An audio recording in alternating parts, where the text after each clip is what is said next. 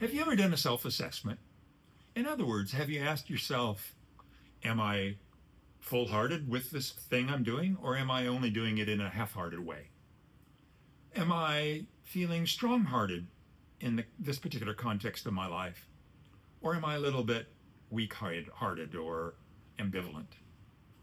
Am I being kind-hearted? Or do I not really give a shit? How about, am I open-hearted? Or am I a little bit closed to this person? There was an anthropologist, a cultural anthropologist, who spent her career teaching at a school in Walnut Grove, California. And she studied South Sea Islanders, and that was her area of specialty.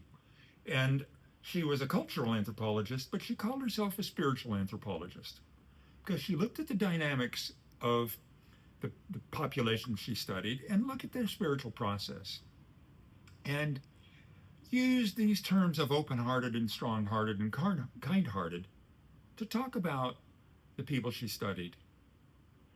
Now, I've read her, and I also had the good fortune of attending one of her workshops years ago. And the thing is, I use her language as a little bit of a self-assessment. So when I'm engaged in some activity and I check in with myself, am I engaging this in a full-hearted way? Or am I only half-hearted? Now, my wife speaks about this engaging with life, participating, being active. And the reality is outside of the work context of my life, a lot of my adulthood and my childhood, I was half-hearted in my existence. I wasn't so full-hearted about my life. Well, I am now. And I'm quite strong-hearted. And I'm particularly strong-hearted and passionate about my love for humanity and my desire to assist humanity to live full lives and awaken. I'm not at all weak-hearted about that. And I've grown through the years to be increasingly kind-hearted, but in a strong-hearted way.